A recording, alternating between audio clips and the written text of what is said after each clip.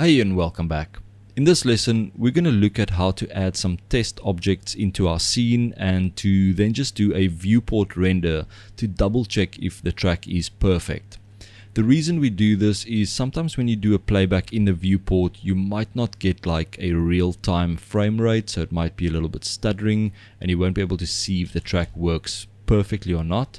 And doing a viewport render will just ensure that you can view it in real time and make sure that your track is perfect.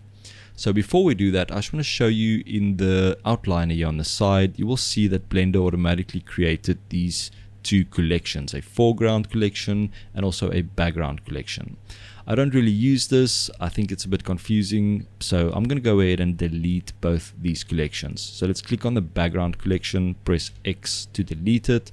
Click on the foreground collection, press X to delete that as well.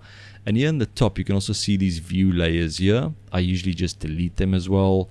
And you need one. So this background, I'm simply just going to rename to scene.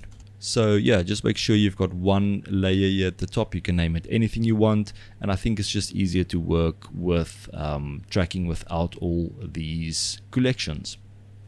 So next you will also see that your footage is the opacity is not looking right. So let's fix that quick. So click on the camera in the outliner to select the camera. And then if you go to the camera settings here on the right hand side, expand background images, just click on that to expand it. And then if you scroll down, you will see the opacity slider and just slide that up all the way to 1. And you can see that our image is looking much better now. If we play this back, you can see we've got our plane in there as well. So go back to the first frame and I'm just going to duplicate this plane and kind of move it around the scene so that we can double check if our track is working perfectly. So click on the plane to select it, then press Shift D to duplicate it, and then press Y because we only want to move it in the Y axis or on the Y axis. So I'm going to move it to this corner right here. And now I want to move it on the X axis so we can place it on this corner right here. So press GX and then move it so it's kind of matching the corner of the building right there. We can maybe move it a little bit on the Y axis, so GY, and then just kind of put it on the edge of that building. Let's scrub through and see what's happening. That is looking pretty good. You can see it's matching that location. So maybe let's add one more. I'm going to duplicate this plane, Shift D, and then X to move it on the X axis. I'm going to place it on the corner right here, and then I'm going to move it on the Y, so GY, move it backwards. You can hold in Shift to do some fine adjustments. Click there and let's just scrub through. And remember, you don't want to move this up and down. You only want to move it Y and X, on the Y and the X axis, because they're already on the floor. So that's why we don't want to move them up and down, because that will just break it.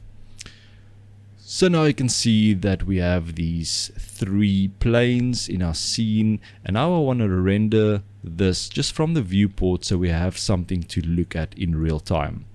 So I'm going to go to my output properties here on the side, the little printer icon, and then we want to set a output folder. So I'm going to click on this folder and just browse to a location where I want to place this.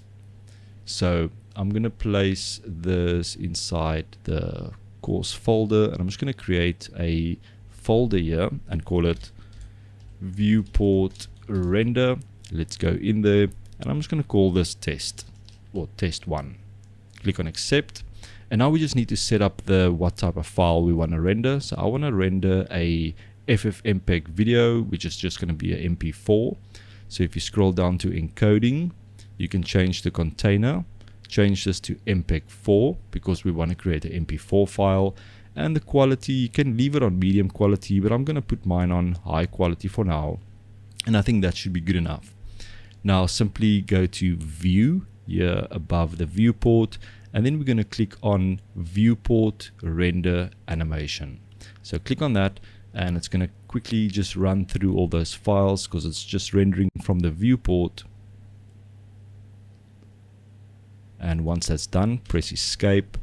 And now we can go to that folder where we exported that clip, open it up, and just look at it in real time. And now we can see exactly that our track is, or the planes are actually sticking to our footage. You can scrub through it as well and just make sure everything is tracking. And as you can see, these planes are being tracked into the scene quite well. They're not sliding around. You can see them, they're matching with the perspective. Everything is looking perfect.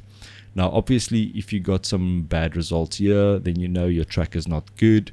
So then I will suggest that you go back, add more trackers, or maybe delete some of the bad trackers, resolve your track, and just try and get a better tracking score basically. Alright, so once you are happy with your track, go ahead and save your project, and I will see you in the next lesson.